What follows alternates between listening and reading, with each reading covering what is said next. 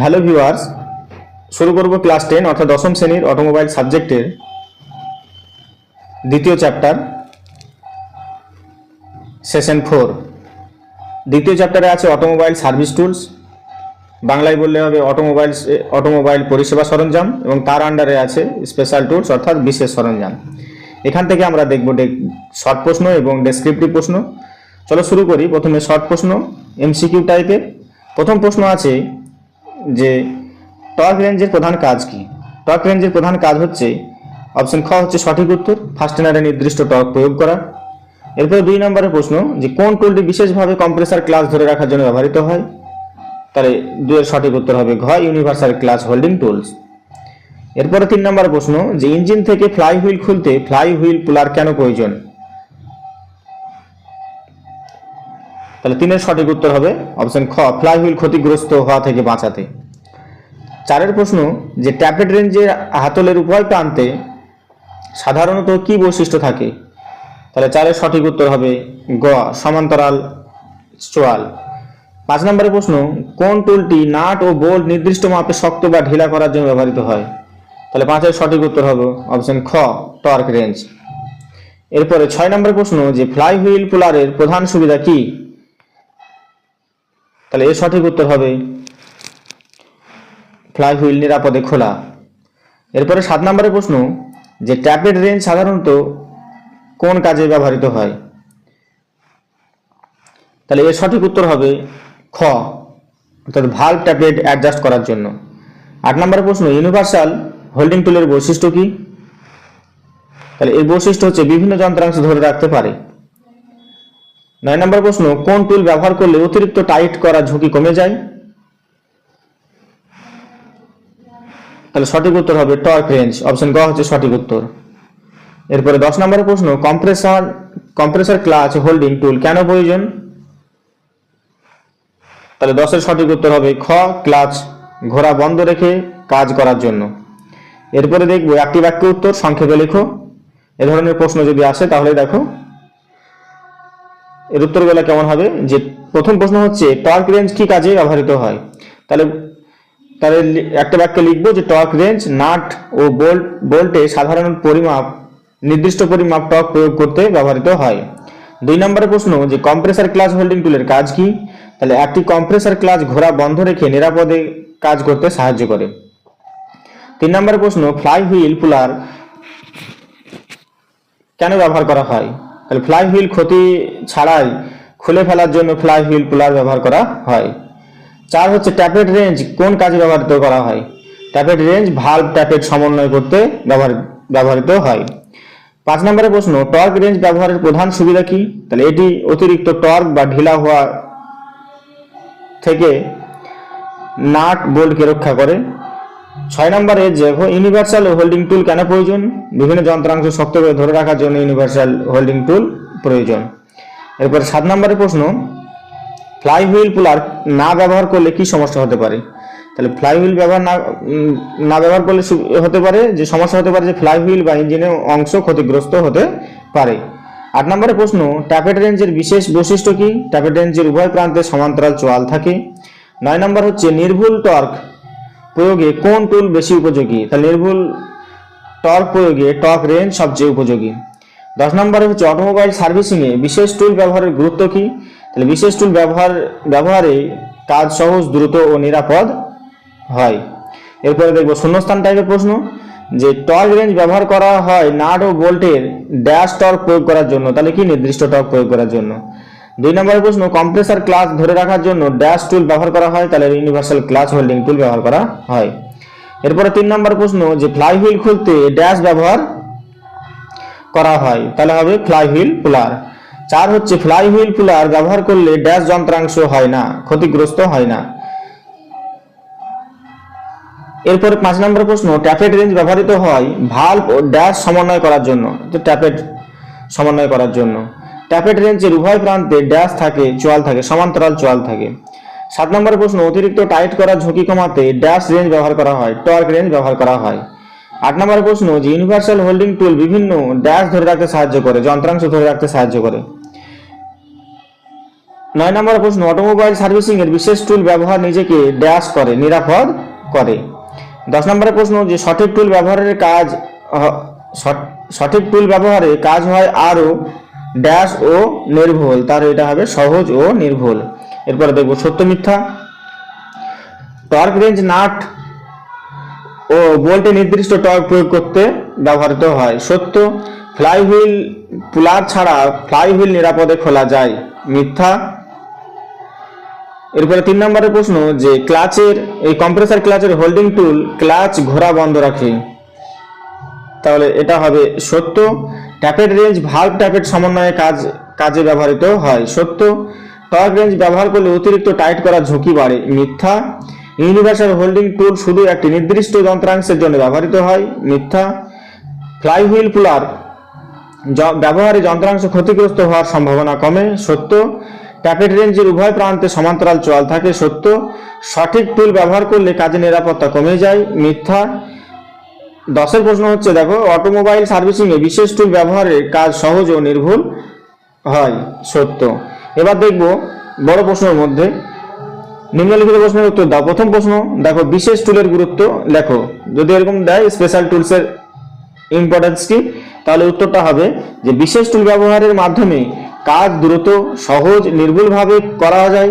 এতে যন্ত্রাংশ ক্ষতি কম হয় এবং কাজের নিরাপত্তা বাড়ে এবং অটোমোবাইল সার্ভিসিং এর মান উন্নত হয়। 2 নম্বর প্রশ্ন, যে হাইড্রোমিটার কেন ব্যবহার করা হয়, তাহলে এর উত্তর হবে হাইড্রোমিটার ব্যাটারির ইলেকট্রোলাইটের ঘনত্ব, স্পেসিফিক গ্র্যাভিটি, আমরা আগের ভিডিওতে দেখেছি, পরিমাপ করার জন্য ব্যবহৃত হয়, যার মাধ্যমে ব্যাটারির চার্জ অবস্থা ধারণা পাওয়া যায়। এরপরে 3 নম্বরের প্রশ্ন, যে অটোমোবাইল সেক্টরে ব্যবহৃত বিশেষ টুলের তালিকা লেখো। তাহলে অটোমোবাইল সেক্টরে ব্যবহৃত বিশেষ টুলগুলো হলো torque wrench, flywheel puller, universal clutch holding tool, tappet wrench, hydrometer, piston ring compressor, এগুলো আমরা স্পেশাল টুল হিসেবে ব্যবহার করি। এরপরে 4 নম্বরের প্রশ্ন, যে টর্ক রেঞ্জ ব্যবহারের উদ্দেশ্য লেখো। যে টর্ক রেঞ্জ ব্যবহারের উদ্দেশ্য কি, তাহলে এর উত্তর হবে যে টর্ক রেঞ্জ ও বোল্টে নির্দিষ্ট পরিমাণ টর্ক প্রয়োগ করার জন্য ব্যবহৃত হয়, যাতে অতিরিক্ত টাইট বা ঢিলা হওয়ার সমস্যা না হয় এবং যন্ত্রাংশ নিরাপদ থাকে। তাহলে আমরা 4 নম্বর সেশন থেকে স্পেশাল টুলস থেকে আমরা শর্ট প্রশ্ন এবং বড় প্রশ্ন করলাম। তোমরা মাধ্যমিকে এই প্রশ্নগুলোর মধ্যেই আশা করি পেয়ে যাবে। যদি এই ধরনের প্রশ্ন ভালো লেগে থাকে তাহলে চ্যানেলটিকে সাবস্ক্রাইব করতে পারো এবং বেশি বেশি শেয়ার করতে পারো। সঙ্গে বেল আইকনটি অন করে নেবে, যাতে ডেলি এই ধরনের প্রশ্নের আপডেট তোমরা পেতে থাকো। আর যারা আগের ভিডিওগুলো দেখোনি তারা ডেসক্রিপশনে লিংক দেওয়া আছে, সেখান থেকে তোমরা দেখতে পারো। এরপরে শুরু করব সেশন 5, দ্বিতীয় চ্যাপ্টারের সেশন 5, সার্ভিস ওয়ার্কশপ ইকুইপমেন্ট, অর্থাৎ বাংলায় বললে যে এটা সার্ভিস ওয়ার্কশপ সরঞ্জাম এই সেশন। এই পর্বে আমরা এটাই পড়বো। এখান থেকে আমরা ছোট প্রশ্ন এবং বড় প্রশ্ন করব। চলো আগের সেশনের মতোই প্রথমে আমরা এমসিকিউ করব। তাহলে প্রথম এমসিকিউর উত্তর কি হবে, দেখো এখানে সঠিক উত্তরটি লেখো। প্রথম প্রশ্ন আছে, ওয়ার্কশপে 2 পোস্ট লিফট এর প্রধান কাজ কি। তাহলে এর প্রধান কাজ হলো যে গাড়িকে নিচের অংশে অর্থাৎ আন্ডার চ্যাসিস কাজ করার জন্য উপরে তোলা। এরপরে 2 নম্বরের প্রশ্ন, যে ধারাবাহিকভাবে কাজ করার ক্ষমতার কারণে শিল্প কারখানায় কোন ধরনের এয়ার কম্প্রেসার বেশি জনপ্রিয়। তাহলে 2 এর সঠিক উত্তর হবে এ, রোটারি স্কুটার এয়ার কম্প্রেসার। বাকি অপশনগুলো তোমরা একটু দেখে নেবে। অপশনগুলো দেখলে কি হয় যে তোমাদের এক চান্সে মনে পড়ে যাবে যে হ্যাঁ এটার উত্তর এটা হতে পারে। 3 নম্বরের প্রশ্ন, যে হুইল ব্যালেন্সারের প্রধান উদ্দেশ্য কি। হুইল ব্যালেন্সারের প্রধান উদ্দেশ্য হচ্ছে যে টায়ারের কম্পন ও লাফানো কমানো। অপশন সি হচ্ছে সঠিক উত্তর। 4 নম্বরের প্রশ্ন, যে কোন মেশিন সূক্ষ্ম বা নির্ভুল কাজের জন্য তৈরি এবং অটোমোবাইল সার্ভিস ও অন্যান্য শিল্পে সাধারণভাবে ব্যবহৃত হয়, কোন মেশিনটি। তাহলে হবে হুইল ব্যালেন্সার। অপশন বি হচ্ছে সঠিক উত্তর। 5 নম্বরের প্রশ্ন, যে 2 পোস্ট লিফট ব্যবহার করার প্রধান সুবিধা কি।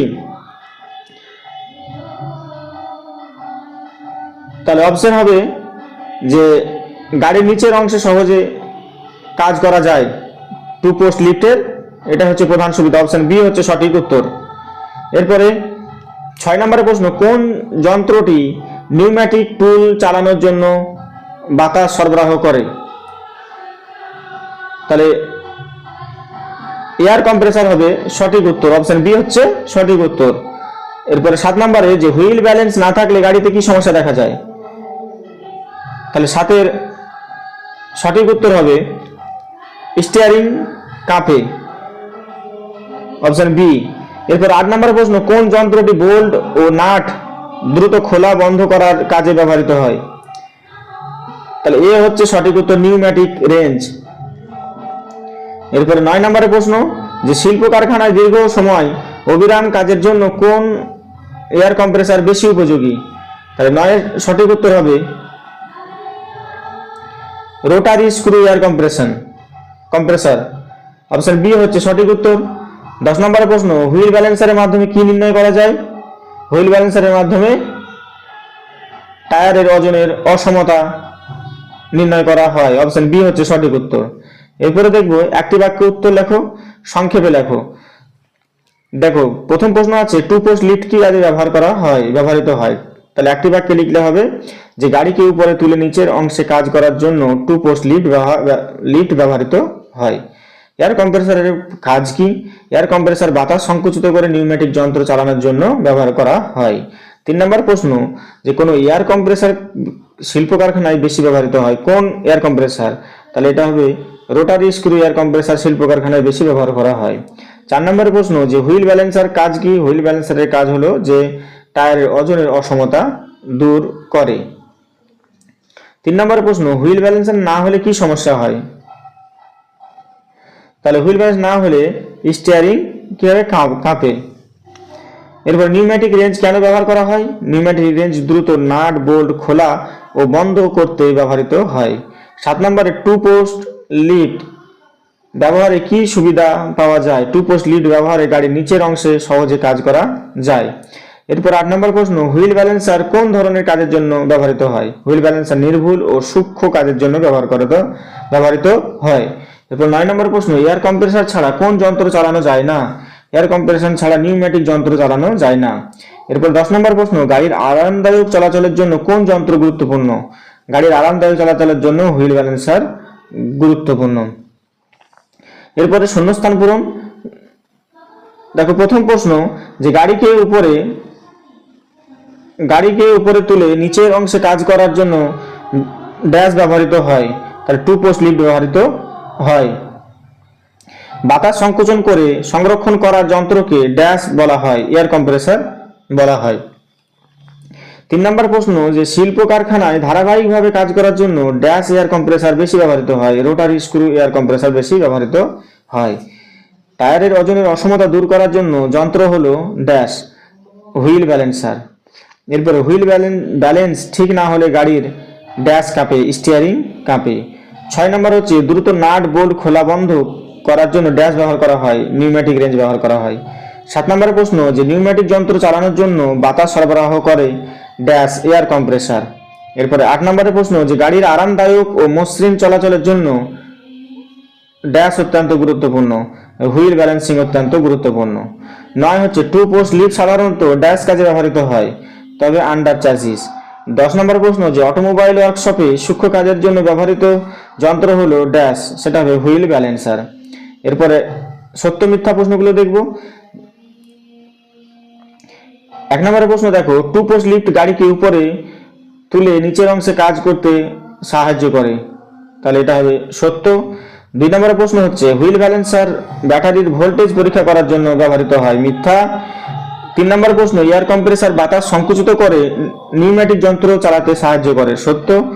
4 প্রশ্ন হচ্ছে যে রোটারি স্ক্রু এয়ার কম্প্রেসার শিল্প কারখানায় ধারাবাহিক কাজের জন্য উপযোগী, সত্য। 5 নম্বর প্রশ্ন, যে হুইল ব্যালেন্স না হলে গাড়ির স্টিয়ারিং কাঁপে, সত্য, আমরা একটু আগে দেখলাম। 6 নম্বর প্রশ্ন, নিউম্যাটিক রেঞ্জ দিয়ে টায়ারের বাতাসের চাপ মাপা যায়, মিথ্যা। 7 নম্বর প্রশ্ন, টু পোস্ট লিফট চাকা ব্যালেন্স করার জন্য ব্যবহৃত হয়, মিথ্যা। এরপরে দেখো 8 নম্বরের প্রশ্ন যে হুইল ব্যালেন্সার টায়ারের ওজনের অসমতা নির্ণয় করে, সত্য। 9 নম্বরের প্রশ্ন এয়ার কম্প্রেসার ছাড়া নিউম্যাটিক টুল চালানো যায়, মিথ্যা। এরপরে 10 নম্বরের প্রশ্ন যে সঠিক হুইল ব্যালেন্স গাড়ির আরামদায়ক ও মসৃণ চলাচলে সহায়তা করে, সত্য। এরপরে দেখব বড় প্রশ্ন, এখান থেকে কি ধরনের বড় প্রশ্ন আসতে পারে, যে দেখো এরকম ধরনের প্রশ্ন যদি হয় যে কেন সার্ভিস ওয়ার্কশপে যাওয়া প্রয়োজন, যদি এরকম ধরনের প্রশ্ন হয় তাহলে হবে গাড়ির নিয়মিত রক্ষণাবেক্ষণ, ত্রুটি নির্ণয়, ক্ষয়প্রাপ্ত যন্ত্রাংশ পরিবর্তন এবং নিরাপদ ও সুষ্ঠু চলাচল নির্দিষ্ট করার জন্য সার্ভিস ওয়ার্কশপে যাওয়া প্রয়োজন। এরপরে 2 নম্বরের প্রশ্ন যে ওয়ার্কশপে ব্যবহৃত গুরুত্বপূর্ণ সার্ভিস ইকুইপমেন্টগুলো লেখো, যে সমস্ত যন্ত্রাংশ আমরা ব্যবহার করি সেই ইকুইপমেন্টগুলো কি কি। ওয়ার্কশপে ব্যবহৃত গুরুত্বপূর্ণ সার্ভিস ইকুইপমেন্ট হলো যে 2 post lift, air compressor, wheel balancer, pneumatic wrench, battery charger, hydraulic jack, tyre inflator, আর 8 নম্বর হচ্ছে ডায়াগনস্টিক স্ক্যানার। তাহলে 8 ধরনের আমরা ইকুইপমেন্ট আমরা এখানে দেখতে পেলাম। এরপর 3 নম্বর প্রশ্ন যে নিউম্যাটিক রেঞ্জ ও সাধারণ ম্যানুয়াল রেঞ্জের মধ্যে পার্থক্য কি। আমরা যে সমস্ত রেঞ্জ দেখেছি তার মধ্যে নিউম্যাটিক রেঞ্জ এবং সাধারণ রেঞ্জের মধ্যে পার্থক্য যদি বলা হয় তাহলে শক্তির উৎস হিসেবে একটা পার্থক্য হবে, যে নিউম্যাটিক রেঞ্জে সংকুচিত বাতাস, আর এখানে সাধারণ ম্যানুয়াল রেঞ্জ হচ্ছে মানুষের হাতের শক্তি। এরপরে কাজের গতি, এটা হচ্ছে দ্রুত, আর হচ্ছে ম্যানুয়াল রেঞ্জ হচ্ছে ধীর, পরিশ্রম হচ্ছে কম লাগে নিউম্যাটিক রেঞ্জে, আর এটা যেহেতু হাতের দ্বারাই শক্তির দ্বারাই হচ্ছে, হাতের শক্তির দ্বারাই, তাহলে এটা বেশি আমাদের কি হবে, পরিশ্রম লাগবে। ব্যবহারের ক্ষেত্র হিসাবে যে ওয়ার্কশপ ও শিল্প ক্ষেত্রে কিন্তু আমাদের নিউম্যাটিক রেঞ্জ ব্যবহার করা হয়, আর ম্যানুয়াল রেঞ্জ সাধারণত মেরামত করার জন্য ব্যবহার করা হয়। দক্ষতা বেশি, আর এটা কি সাধারণ ম্যানুয়াল রেঞ্জে তুলনামূলকভাবে কি কম। এরপরে 4 নম্বরের প্রশ্ন যে রোটারি কম্প্রেসার ও রেসিপ্রোকেটিং কম্প্রেসারের মধ্যে পার্থক্য। এই পার্থক্য আমরা কাজের ধরন হিসাবে দেখব, বাতাস সরবরাহ, শব্দ ব্যবহার ও রক্ষণাবেক্ষণ বিষয়ের উপর আমরা পার্থক্য করব। রোটারি কম্প্রেসার তাহলে কাজের ধরন কি, যে বলছে ঘূর্ণন গতিতে বাতাস সংকোচন, আর হচ্ছে পিস্টনে আঘাত পিছা গতিতে বাতাস সংকোচনে রেসিপ্রোকেটিং কম্প্রেসার কাজ করে। এরপরে বাতাস সরবরাহ ধারাবাহিকভাবে হয়, আর এটা বিরতিযুক্ত বাতাস সরবরাহ হয়। শব্দ কম হয় রোটারি কম্প্রেসারে, এখানে শব্দ কি হয়, বেশি হয়। ব্যবহার বলছে শিল্প কারখানা ও বড় ওয়ার্কশপে কিন্তু রোটারি কম্প্রেসার ব্যবহার করা হয়, আর রেসিপ্রোকেটিং ছোট ওয়ার্কশপে। রক্ষণাবেক্ষণ এটার কম, কিন্তু রেসিপ্রোকেটিং কম্প্রেসারে বেশি হয় রক্ষণাবেক্ষণ। তাহলে আমরা অটোমোবাইল টুলসের আমরা 5টা সেশন, আজকের এই ভিডিওতে 2টো সেশন এবং আগের ভিডিওতে আমরা 3টে সেশন কমপ্লিট করেছি। আশা করি তোমাদের মাধ্যমিকে যে সমস্ত প্রশ্ন হবে অটোমোবাইল থেকে তার মধ্যেই প্রশ্ন কমন পেয়ে যাবে, এর বাইরে আশা করি প্রশ্ন হবে না। তোমরা ভিডিওগুলো দেখতে থাকো, বারবার দেখতে থাকো, তাহলে তোমাদের প্রশ্নগুলো আয়ত্তের মধ্যে আসবে। যদি ভিডিওগুলো ভালো লেগে থাকে, যদি তোমাদের হেল্পফুল মনে হয় তাহলে চ্যানেলটি সাবস্ক্রাইব করবে এবং বেশি বেশি শেয়ার করবে, সঙ্গে বেল আইকনটি অন করে নেবে যাতে এই ধরনের প্রশ্ন তোমরা পেতে থাকো। আজকে এখানেই, দেখা হচ্ছে পরবর্তী ভিডিওতে। ধন্যবাদ।